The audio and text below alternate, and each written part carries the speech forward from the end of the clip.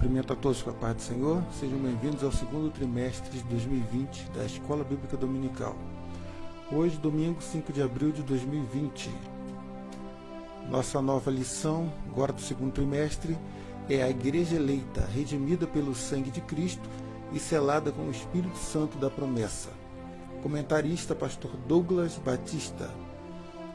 Currículo do pastor comentarista, líder da Assembleia de Deus de Missão do Distrito Federal, doutor em Teologia Sistemática, mestre em Teologia do Novo Testamento, pós-graduado em Docência do Ensino Superior e Bibliologia, licenciado em Educação Religiosa e Filosofia, presidente da Sociedade Brasileira de Teologia Cristã Evangélica, presidente do Conselho de Educação e Cultura da CJDB, presidente da Ordem dos Capelões Evangélicos do Brasil, segundo vice-presidente da Convenção dos Ministros Evangélicos das Assembleias de Deus de Brasília e Goiás, e diretor-geral do Instituto Brasileiro de Teologia e Ciências Humanas.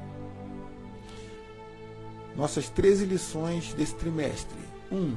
Carta aos Efésios, saudação aos destinatários. 2. A sublimidade das bênçãos espirituais em Cristo. 3. A eleição e predestinação. 4. A iluminação espiritual do crente. 5. Libertos do pecado para uma nova vida em Cristo. 6. A condição dos gentios sem Deus. 7. Cristo é a nossa reconciliação com Deus. 8. Edificados sobre o fundamento dos apóstolos e dos profetas. 9. O mistério da unidade revelado. 10. A intercessão pelos Efésios. 11. Atributos da unidade da fé. Humanidade, mansidão e longanimidade. 12.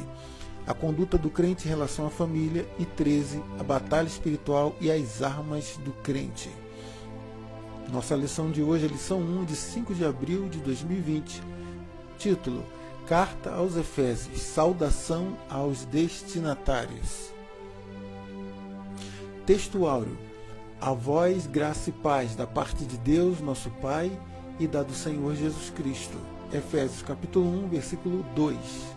Verdade prática: a Epístola aos Efésios revela o propósito eterno de Deus para a Igreja de Cristo. Leitura bíblica em classe: Efésios capítulo 1, versículos 1 e 2 e Atos capítulo 19, versículos do 1 ao 7. Efésios 1. Paulo, apóstolo de Cristo pela vontade de Deus, aos santos que estão em Éfeso e fiéis em Cristo Jesus. A vós graça e paz, da parte de Deus, nosso Pai, e da do Senhor Jesus Cristo. Atos 19. E sucedeu que, enquanto Apolo estava em Corinto, Paulo, tendo passado pelas regiões superiores, chegou a Éfeso, e achando ali alguns discípulos, disse-lhes: Recebestes vós já o Espírito Santo quando crestes? E eles lhe disseram: Nós nem ainda ouvimos que haja Espírito Santo. Perguntou-lhes então: Em que sois batizados então? E eles disseram: No batismo de João. Mas ele disse: Certamente João batizou com o batismo do arrependimento, dizendo ao povo que cresce no que após ele havia de vir, isto é, em Jesus Cristo. E os que ouviram foram batizados em nome do Senhor Jesus. E impondo-lhes Paulo as mãos, veio sobre eles o Espírito Santo, e falavam línguas e profetizavam. E estes eram ao todo uns 12 varões. Introdução da lição. A Epístola aos Efésios é denominada de a coroa dos escritos de Paulo e ainda de a rainha das epístolas. Nela, o propósito eterno de Deus para a igreja está revelado por meio de Cristo Jesus.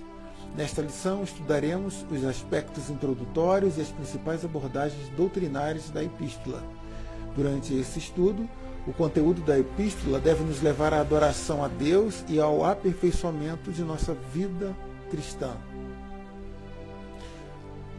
Irmãos, então na introdução da nossa lição, já ficou claro a importância da carta aos Efésios. Ela enfoca a unidade da igreja como corpo de Cristo em torno de um propósito: fazer a vontade de Deus. Isto é, a unidade do Espírito Santo, no Espírito Santo, comunhão, santificação, trabalho em favor do Evangelho e, por fim, aguardar com fé e paciência a promessa, que é a volta do nosso Senhor e Salvador Jesus Cristo. Nessa lição nós vamos estudar 3 tópicos: autoria e data, destinatários e propósito e mensagem. Primeiro tópico, autoria e data. Subtópico 1, autoria. Conforme o costume da época, o autor inicia a carta declarando sua identidade. Paulo, apóstolo de Jesus Cristo. O livro de Atos menciona que ele se chamava Saulo, nome hebraico, mas que também era conhecido como Paulo. Em hebraico, Saulo significa solicitado, provavelmente uma homenagem a Saul, o primeiro rei de Israel, que pertencia à mesma tribo do apóstolo. Já Paulo significa pequeno, que era o seu nome romano. Então, no que diz respeito à autoria da carta, está bem claro já no início do primeiro versículo. Efésios 1, versículo 1. Paulo, apóstolo de Jesus Cristo, pela vontade de Deus, aos santos que estão em Éfeso e fiéis em Cristo Jesus. Então, não resta dúvida de que a epístola aos Efésios foi escrita pelo apóstolo Paulo. Atos capítulo 13, versículo 9. Todavia, Saulo, que também se chama Paulo, cheio do Espírito Santo e fixando os olhos nele, disse. Então, Saulo e Paulo é a mesma pessoa. E Saulo tinha dupla cidadania, então ele tinha dois nomes. Da parte dos hebreus, ou da parte hebraica, ele se chamava Saulo. E da parte romana, o nome dele era Paulo. Então ele nasceu como hebreu, mas o seu pai sendo romano, ele também teve a cidadania romana. Então era comum as pessoas de dupla cidadania já naquela época terem dois nomes.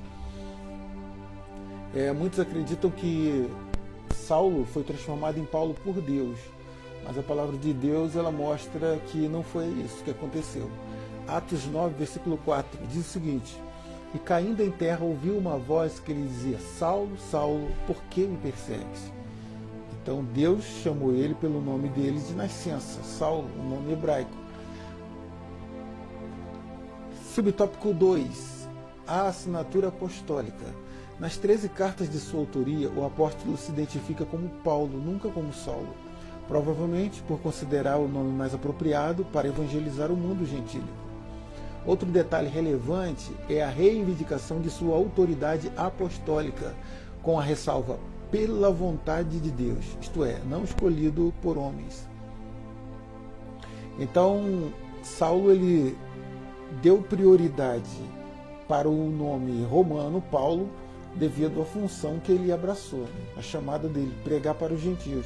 Isso abriria portas para ele no mundo gentílico. Ele ter um nome que era falado normalmente, corriqueiramente, pelos gentios, pelos romanos. Então, por isso ele adotou o nome Paulo, abrindo mão do nome de nascença Saulo. Carta aos Romanos, capítulo 11, versículo 13, diz: Porque convosco falo, gentios, que, enquanto for apóstolo dos gentios, glorificarei o meu ministério. Então, essa era a chamada dele, apóstolo dos gentios. E o que levou ele a escolher o nome Paulo foi justamente essa abertura que esse nome traria no mundo romano, onde ele transitaria levando o evangelho do Senhor Jesus. Efésios, capítulo 1, no primeiro versículo que nós já lemos, vamos repetir. Paulo, apóstolo de Jesus Cristo, pela vontade de Deus, aos santos que estão em Éfeso e fiéis em Cristo Jesus. Então agora nós vamos destacar justamente a reivindicação de Paulo do seu chamado. Ele não foi chamado pelos homens, mas pela vontade de Deus. Então ele era um apóstolo chamado. Então aqueles que foram chamados pela vontade de Deus, eles podem reivindicar para si isso, que o seu chamado não foi pelos homens, mas foi pela vontade de Deus. E assim aconteceu com o apóstolo. Subtópico 3, uma epístola da prisão. A epístola foi escrita no período em que Paulo se encontrava preso em Roma. Ele se identifica como o prisioneiro de Jesus Cristo, o preso do Senhor e o embaixador em cadeias. Isso indica que é uma carta enviada do cárcere. Por essa razão, ela integra o rol das epístolas da prisão, redigidas aos Efésios, aos Filipenses, aos Colossenses e também a Filemão.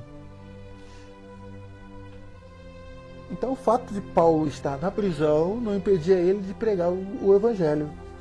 Por outro lado, isso facilitava ele, porque agora ele não tinha mais compromisso e não podia assumir compromissos de ir e vir, então de cuidar de uma igreja específica. Mas ele estava confinado, mas ele tinha liberdade de receber visitas e escrever. Então, aproveitando essa oportunidade, ele não viu como, né, um impedimento, mas uma oportunidade. E nas ocasiões que teve preso, ele aproveitou para continuar pregando o evangelho e escrevendo. Então, as epístolas da prisão são as seguintes: epístola aos Efésios, aos Filipenses, aos Colossenses e também a Filemão. Então, como mostra a animação aí, ele estava preso, mas a palavra estava solta. Efésios 3, versículo 1. Olha bem a animação, os irmãos observem que a animação, ele estava preso, mas a palavra estava solta.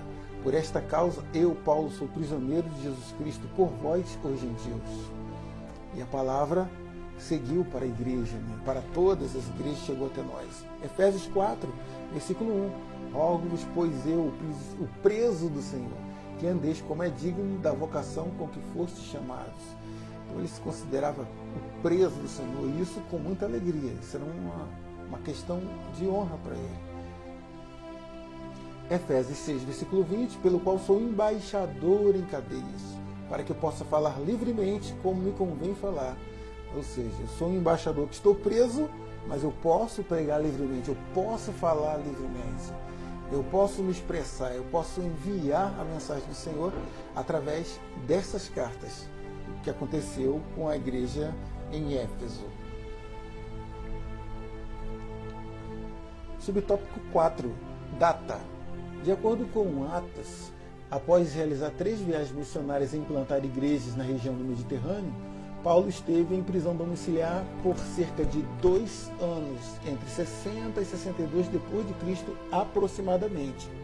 A partir dessa premissa, a data provável da redação da Epístola aos Efésios ocorre por volta de 61 e 62 depois de Cristo, tendo Tíquico como seu portador.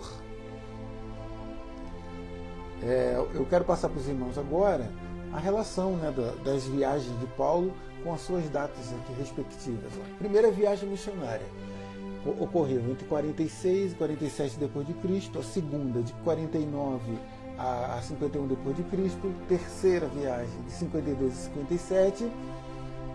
No fim da terceira viagem ele foi preso na Judéia, e aí ele foi colocado numa cidade chamada Cesareia.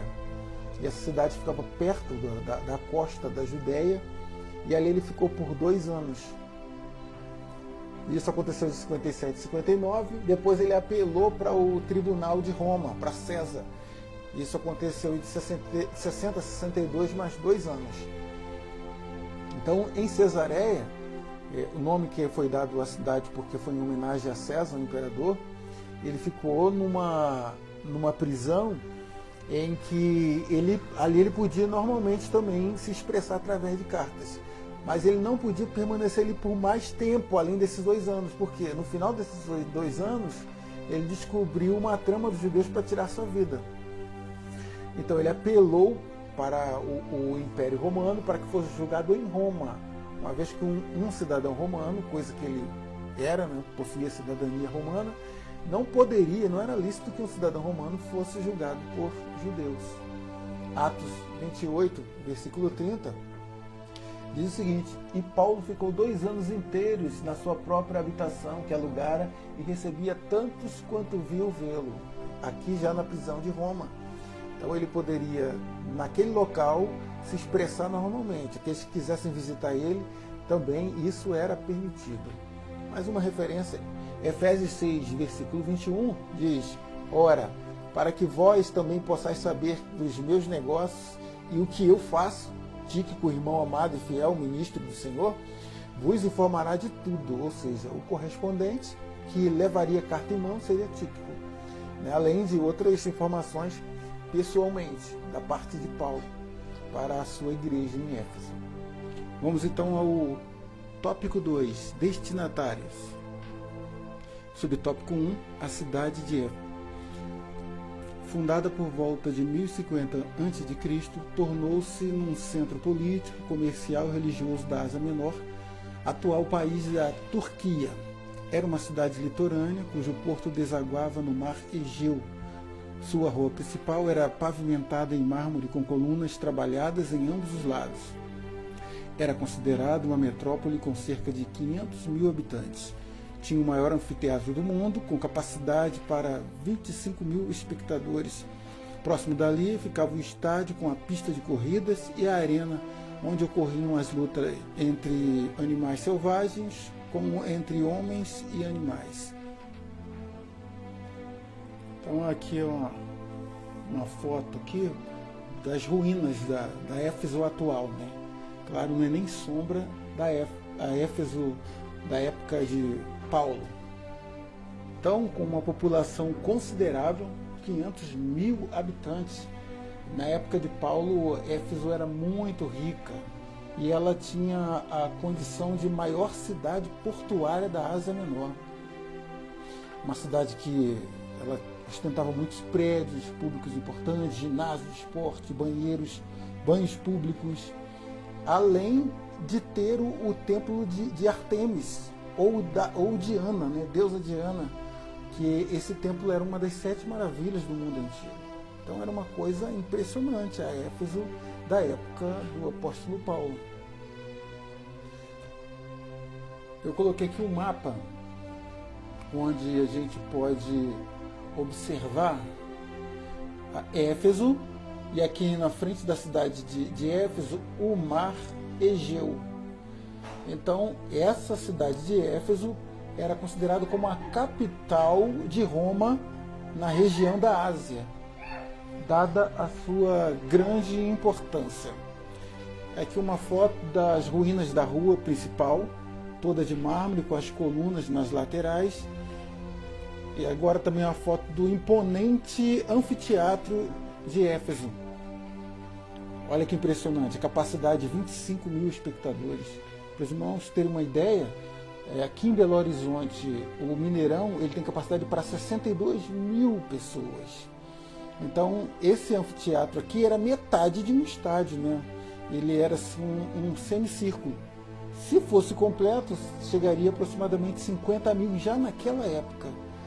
Então, são 66 fileiras de assentos distribuídas aqui em 3 níveis, como dá para observar já aqui nas ruínas. No nível mais abaixo ficava o camarote do imperador. E ali eram realizados, né, debates políticos, filosóficos, debates religiosos, as lutas, né, entre animais, entre homens e animais também, os gladiadores, além, claro, das peças de teatro e dos concertos também. Subtópico 2, a religiosidade em Éfeso. A cidade abrigava o templo de Ártemis, Diana, a deusa da fertilidade, construído em mármore. A economia da cidade dependia dos milhares de turistas que a visitavam. Sua maior fonte de renda era o comércio de nichos de prata vendidos no templo, razão pela qual seus moradores ficaram alarmados com a pregação de Paulo contra a idolatria. Então a Éfeso daquela época era como uma outra qualquer cidade grega, né?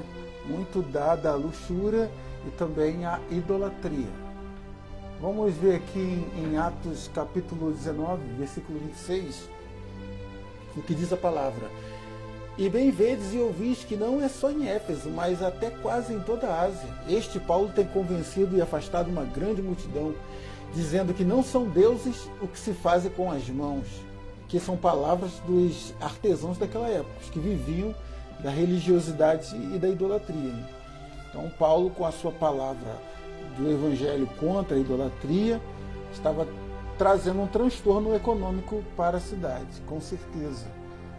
Tem uma foto aqui da maquete do templo de Ártemis, ou templo da deusa Diana, e aqui uma estátua da deusa, né? Ela, como se fosse ela protetora dos animais e também da caça e da pesca também. Então, como a gente pode observar aqui, a imponência do templo era uma coisa extraordinária já para aquela época. Eram 127 colunas, todas de mármore, 20 metros de altura cada coluna. Então, uma coisa impressionante. Agora vocês veem a situação atual. Praticamente não existe nada, né?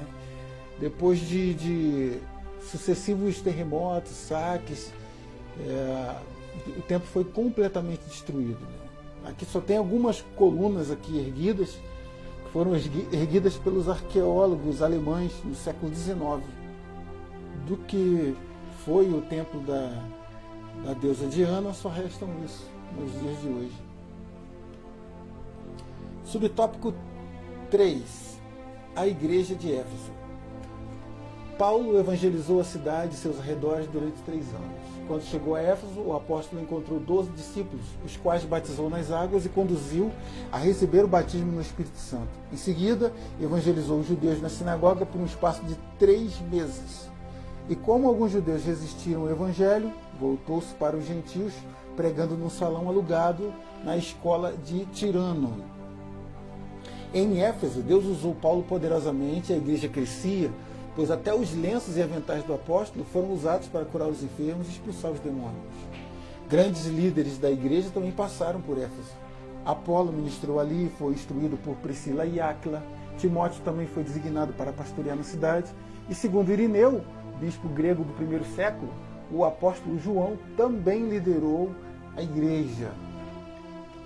Então, aquela igreja de Éfeso, por ela passou vários homens de Deus, vários apóstolos, com certeza vários pregadores. E a palavra de Deus diz aqui que o apóstolo Paulo, ele era bem conhecido e conhecia muito bem a igreja. Atos capítulo 20, versículo 31, diz o seguinte: portanto, vigiai, lembrando-vos de que durante 3 anos não cessei noite e dia de admoestar com lágrimas a cada um de vós. Paulo se dedicou a um trabalho missionário intensivo em Éfeso. E essa era a província romana da Ásia mais importante, né? Um local muito estratégico, comercialmente, religiosamente, e Paulo utilizou esse posicionamento estratégico de Éfeso para a difusão do Evangelho. Então, Éfeso não perdia para as grandes cidades do Império Romano. Era uma das 4 maiores cidades, né? Era Roma, Alexandria, Antioquia e Éfeso, pelo tamanho e pela importância. E com o trabalho do apóstolo Paulo, agora vocês imaginem o poder de Deus através da sua palavra impactando uma cidade. Ela se tornou a 3ª mais importante cidade na história do cristianismo primitivo. E era Jerusalém, Antioquia e depois vinha Éfeso. A difusão poderosa da palavra de Deus.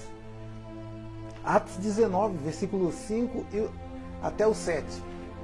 E os que ouviram foram batizados em nome do Senhor Jesus, e impondo-lhes Paulo as mãos, veio sobre eles o Espírito Santo, e falavam línguas e profetizavam. Estes eram, ao todo, uns 12 varões. Paulo, quando chegou em Éfeso, ele encontrou já 2 pessoas que já conheciam a palavra de Deus. Não conheciam a profundidade, mas eles conheciam até o batismo de João. Eles não conheciam o Evangelho, a nova mensagem, que era justamente a chegada de Jesus, para salvar toda a humanidade.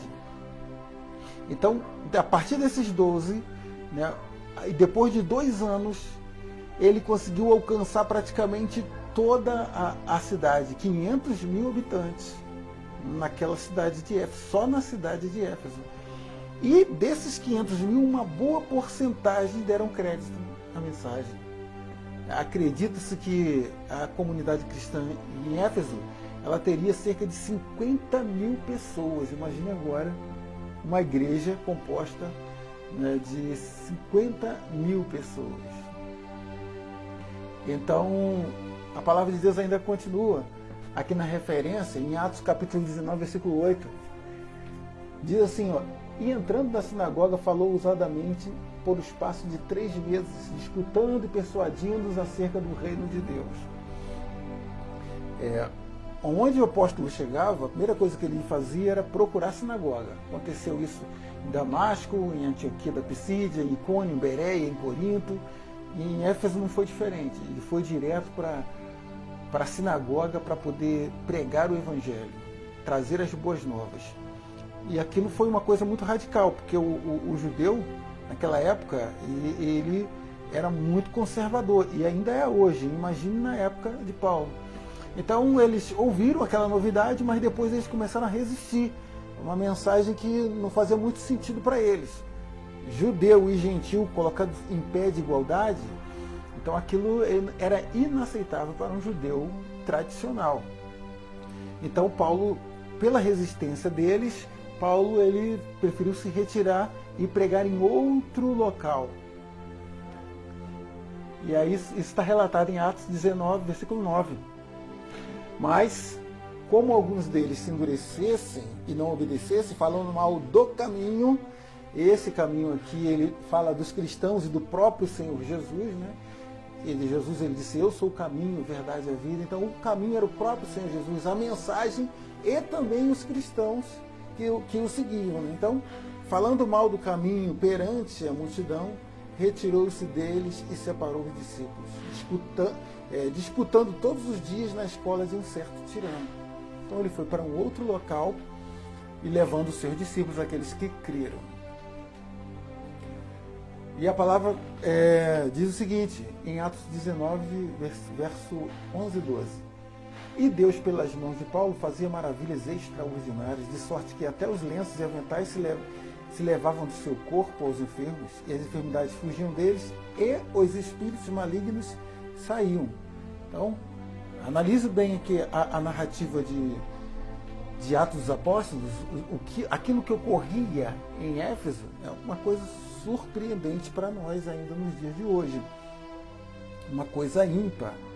E aí isso não quer dizer, irmãos, abrindo parênteses, que o que aconteceu naquele local vai acontecer hoje. Deus ele tem a sua multiforme maneira de trabalhar. Deus pode fazer. Mas naquela época, Paulo estava trabalhando com o seu lenço, né? Por exemplo, o trabalhador usava um lenço na cabeça, usava um avental. Paulo ele acordava cedo para trabalhar e depois ele pregava na sinagoga e à noite ainda ensinava os discípulos novos convertidos. Então o lenço, Paulo trabalhando, Paulo, não posso porque eu estou trabalhando, mas tem um enfermo. Aí levava o lenço dele, levava o avental dele e curava aquelas pessoas. Então é bom também a gente entender que aquele tecido não curava propriamente dito as pessoas, mas Deus ele usava isso como uma maneira de ajudar a fé, né? A fé daquelas pessoas, a fé fraca daquelas pessoas. Né? Era uma maneira didática de Deus trabalhar no meio dos Efésios também. Deus pode trabalhar através de coisas materiais, né? E Deus também pode trabalhar sem necessidade de nada, mas naquele caso, as pessoas eram curadas, os doentes, né, ficavam sãos, os demônios eram expulsos. A gente deve entender o contexto também, né?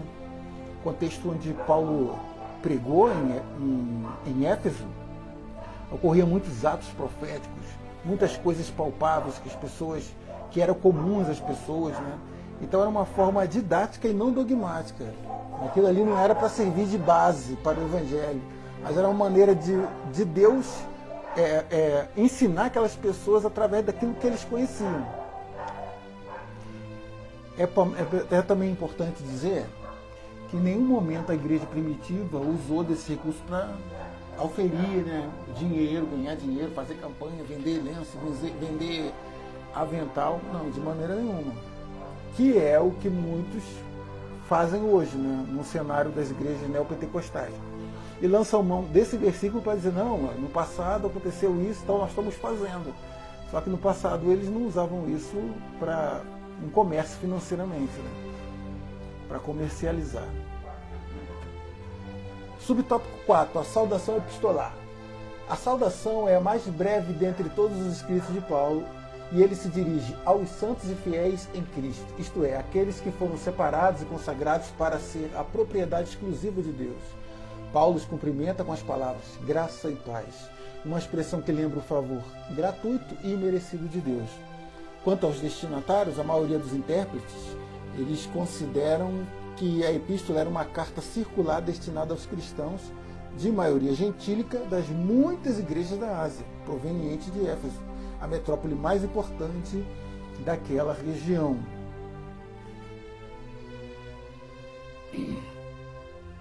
Efésios capítulo 1, versículo 1 e 2, fala da saudação epistolar.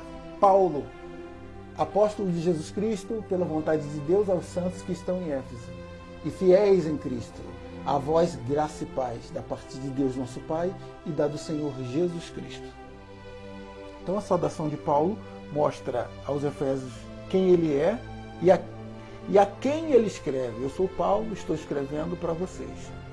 Só que alguns estudiosos contestam o termo aos santos que estão em Éfeso, porque nos manuscritos mais antigos não se encontra essa expressão aos santos em Éfeso. Então, isso vem reforçar a ideia de que essa carta ela tenha tido um caráter circular, ou seja, escrito para várias igrejas da Ásia. Embora isso não mude nada o conteúdo, né, poderoso e importante da carta. Aqui eu venho mostrar aos irmãos aqui, né, tendo essa possibilidade de ser uma carta circular, eu trouxe aqui esse mapa mostrando as muitas igrejas. Aqui está Éfeso e aqui estão as várias igrejas que foram plantadas na Ásia. Vamos ao último tópico 3, propósito e mensagem. Aparentemente, a epístola não aborda nenhum problema específico como em outras de Paulo. Porém, nos capítulos iniciais da carta percebemos algumas ênfases que sinalizam a solução de certas questões. Por exemplo, havia novos convertidos que vinham do mundo helênico e praticavam religiões de mistérios e magia, mas que agora se reuniam com os santos de Éfeso. Não por acaso o apóstolo Paulo mostra àqueles crentes que Cristo está no controle do universo inteiro. Também é possível perceber outro tipo de ênfase do apóstolo. O passado daqueles cristãos era marcado pela imoralidade bebedeira. Mais uma vez, salvos pela graça, eles deveriam adotar um novo estilo de vida em Cristo. Destaca-se ainda uma preocupação com a unidade e a paz entre judeus e gentios cristãos, enfatizada pelo plano universal da redenção para ambos.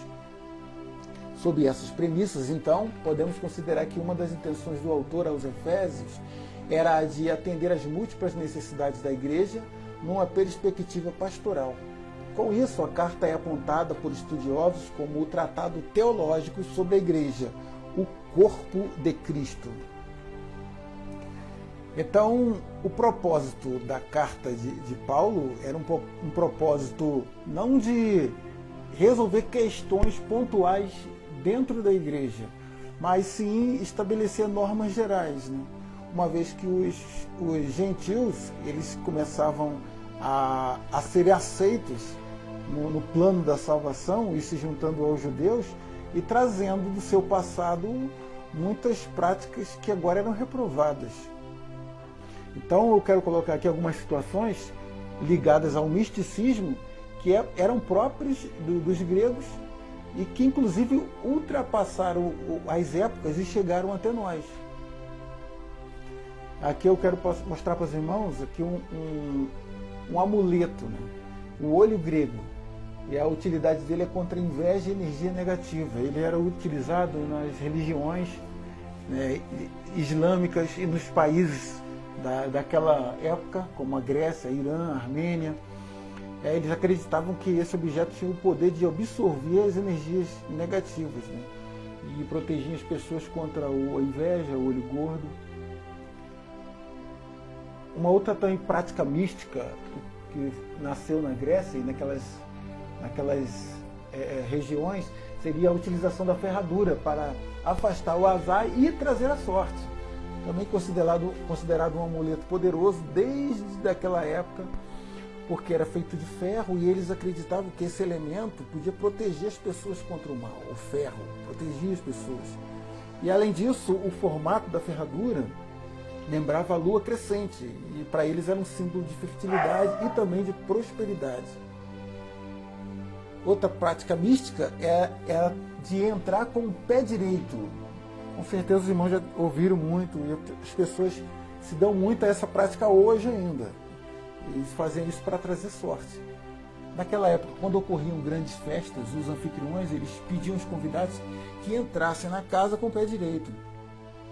Dessa forma, eles Eles garantiam que tudo correria bem, né, ao longo do evento. Eles atribuíam o lado direito ao lado da sorte, o lado esquerdo o lado do azar.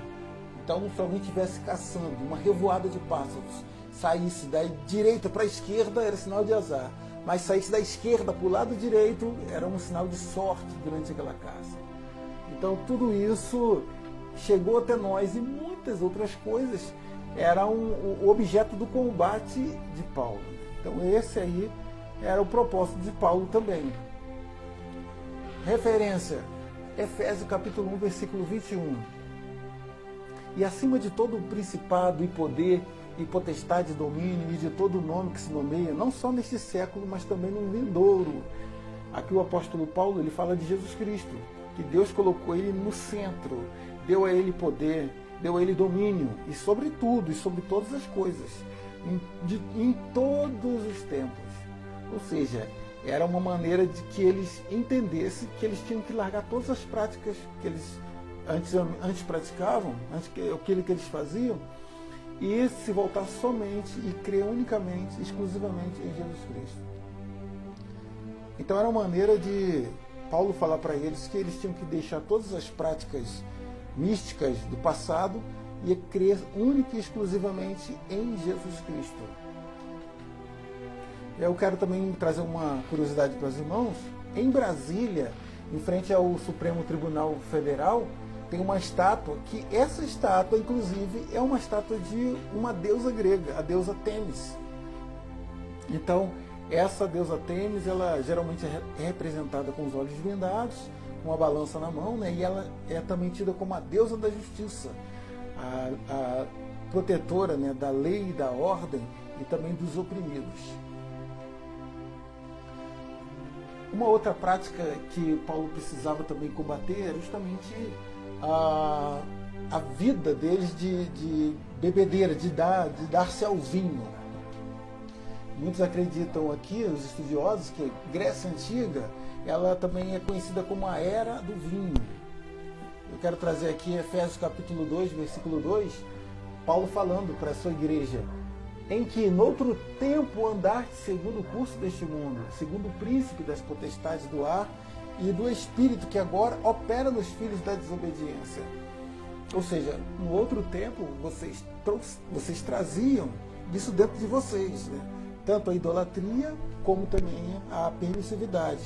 E isso tudo regado a muito bebedeira, né? Muito vinho. Tanto os rituais quanto as festas, era tudo regado ao vinho. E geralmente o vinho que eles bebiam naquela época era um vinho misturado com água. Eles acreditavam que beber vinho puro era uma coisa dos primitivos, então o vinho era misturado com água.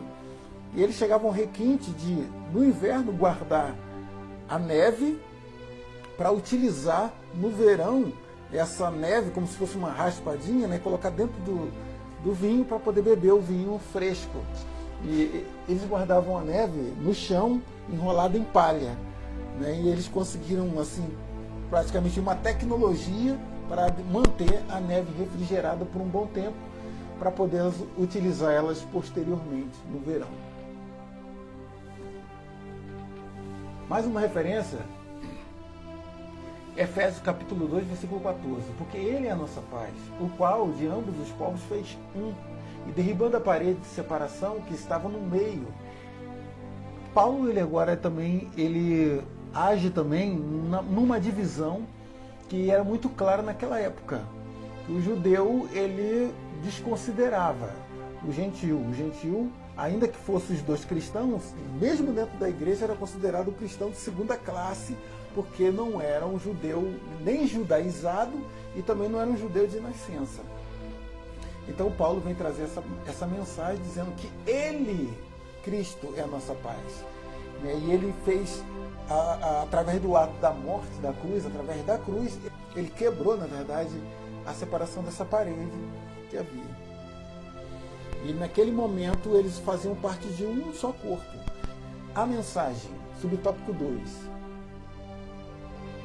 A mensagem de Efésios gira em torno de duas temáticas: Jesus Cristo, a cabeça, e a igreja, o corpo. Assim podemos classificar os desdobramentos desses assuntos nos seguintes eixos temáticos: 1. A consumação do plano eterno de Deus na pessoa de Jesus Cristo. 2. A atuação do Espírito Santo como penhor da experiência de salvação. E 3. A reconciliação povos por intermédio da cruz de Cristo. 4. A revelação do mistério da vontade de Deus por obra do Espírito Santo. 5. Um novo estilo de vida baseado na unidade, na comunhão com o Espírito, na frutificação, na adoração e na intercessão no Espírito, os novos relacionamentos conjugais e a luta contra o diabo. Portanto, a epístola contém uma combinação de doutrina, fé e prática da vida cristã, ou seja, de tudo quanto Deus fez e do que se espera que a igreja faça. E a temática da mensagem de Paulo, ela se constituía em 2 itens. Primeiro, que Cristo é a cabeça da igreja. Efésios capítulo 1, versículo 22. E sujeitou todas as coisas a seus pés, e sobre todas as coisas o constituiu como cabeça da igreja. E o segundo item é que a igreja é o corpo de Cristo. E aí diz Efésios 1, 23, que é o seu corpo, a plenitude daquele que cumpre tudo em todos. Então é nisso que se baseava a mensagem de Paulo. Cristo é cabeça e a igreja, ou seja, todos nós somos o corpo. E temos que trabalhar em prol do objetivo de Cristo, porque é a cabeça que comanda o corpo. Fazia parte também do conteúdo da mensagem de Paulo a reconciliação através de Cristo. Efésios capítulo 2, versículo 16. E pela cruz reconciliar ambos com Deus em um corpo, matando com ela as inimizades. Então a cruz foi o motivo pelo qual agora os gentios ganharam o direito de estar em pé de igualdade com os judeus. A cruz reconciliou ambos a Cristo, né? Não fazendo acepção de nenhuma das duas classes. Todos são iguais perante o Senhor. Efésios 3, versículo 5. O qual, noutros séculos, não foi manifesto aos filhos dos homens, como agora tem sido revelado pelo Espírito aos seus santos apóstolos e profetas. Essa união, essa possibilidade dos gentios fazerem parte da igreja, sem necessidade deles serem judaizados ou serem descendentes de Abraão diretamente, que é considerado por Paulo um mistério que percorreu todos os séculos. Ninguém esperava que isso acontecia, nem um judeu, nem a igreja recém-formada. Mas agora estava sendo revelado, né? Isso foi revelado não só para Paulo. Ele fala, foi revelado para os apóstolos e profetas. É revelado também para Filipe, quando em Atos capítulo 8 ele vai e prega para os samaritanos. É revelado para Pedro, quando em Atos capítulo 10 ele prega para o centurião Cornélio. Ambos não eram judeus, mas assim Deus impulsionou eles para pregar para os gentios. E isso aí é o mistério que estava sendo revelado. Efésios capítulo 6, versículo 18. Orando em todo o tempo, com toda oração e súplica no Espírito, e vigiando nisso com toda perseverança e súplica por todos os santos. Então essa unidade do Espírito, essa unidade entre eles e também deles com Deus, é que agora Paulo estava pregando. Era fruto, né, da morte de Cristo, e agora era o conteúdo da mensagem de Paulo pregada na carta aos Efésios. Então aquela igreja estava sendo fortalecida com esta mensagem, a mensagem da cruz, a mensagem que unia tanto o judeu como o gentil, aos pés da cruz agora, recebendo a salvação, recebendo a promessa da vida eterna em Cristo Jesus. Conclusão. A epístola revela um elaborado resumo da salvação e suas implicações para a vida cristã. Seu conteúdo recorda o favor imerecido que recebemos gratuitamente da parte de Deus. Suas exortações nos impelem a viver em santidade e alicerçados em Cristo, a cabeça da igreja, a batalhar contra as forças das trevas. Glória a Deus. Que Deus abençoe a toda a igreja, a todos vocês, que essa lição possa ter servido de um crescimento espiritual para cada um dos irmãos. Domingo que vem nós estaremos na lição número 2, então até a próxima aula. Na lição a sublimidade das bênçãos espirituais em Cristo, que vai ser ministrada pelo nosso irmão, o presbítero irmão Daniel. Que Deus abençoe a todos, em nome de Jesus.